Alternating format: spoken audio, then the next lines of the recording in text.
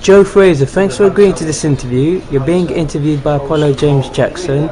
The first question I would like to ask you is, what was the greatest success of your career?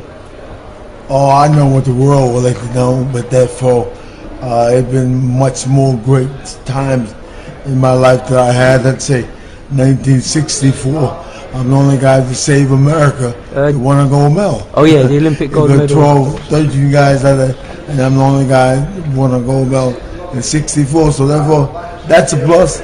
And then mom and dad made me another plus. Okay. I was like a Golden Glove champion like for maybe 4 or 5 years, right behind the Olympics. They won a gold medal. So therefore, I've had my plus of life. Okay. Life's been good to me.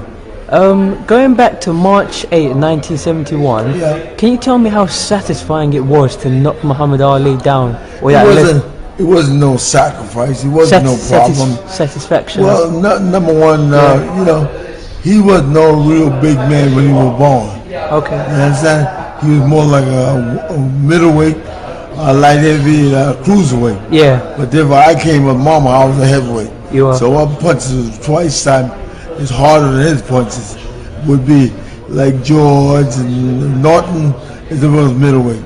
So was Jerry Quarry was the middleweight. So was Jimmy Ellis was middleweight. So all these guys are middleweight, yeah. But I was a heavyweight. So my punches was harder than the average guy. Okay. Since you mentioned Ken Norton, you never fought him, but I believe you sparred with him.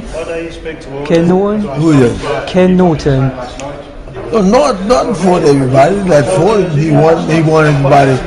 Like with him and I, was a sparring partner. And like I know he can punch. I don't really want to fight him. You know what I mean? I know him. He was a good guy. He could fight. So then, why take him on? Like still my sparring partner. Okay. And I have to fight him. Can you tell me, what did Yank Durham and Eddie Futch, what did they do for your career? How did they help you? Eddie was a good guy. Eddie really was a good guy. Eddie was there before Yank passed on. Okay. You see, and Eddie knew all the guys. He knew me. Yeah. He knew the opponent to be a one. Eddie was the guy that helped Yank and I when we moved to California. Okay. We fought in California about 3 or 4 times. Eddie was there to get the guy that we need. You know, when you're starting out, you just don't go and fight Muhammad or Joe Louis. Oh yeah, going back to right away. You know what I mean? You'll be at the pig fight to fight. I hear. Okay. Well, growing up, can you tell me what it was like watching Henry Armstrong, Sugar Ray Robinson, Joe Louis, Jack Dempsey, some of them? Well, let's look at this.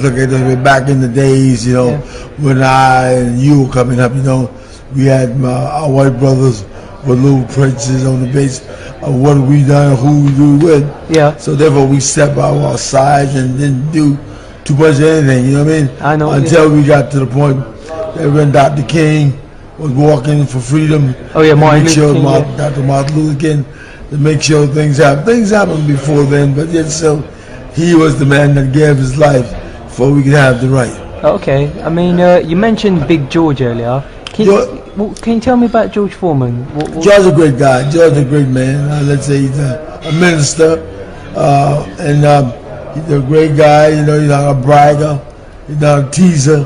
No. He got power, and like, you know, keep knocking me up, knocking me down when I keep getting up. Oh yeah, I've seen that fight. Yeah. Hey Joe, stay down there. Don't get back up. So I heard he actually asked the referee to stop the fight, didn't he?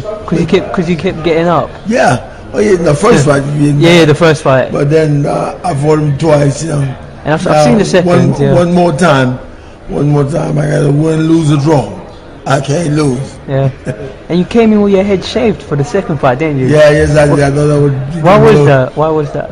Bob made me a little nervous. Okay. A little nervous, so therefore, that's why I was trying to stay him off. Last question I want to ask you is how do you want to be remembered by history? Well, I want to be remembered, let's say, a fine man, a family man. I love kids. I love my brothers and my sisters. Yeah. I love everybody, and the people around the world have proved to me how good they've been over the years by helping me and to be a champion. You know, I love it. Thanks for your time, Joe. It's been a great pleasure. Thanks so much. Boogie. Let's go. Here we go.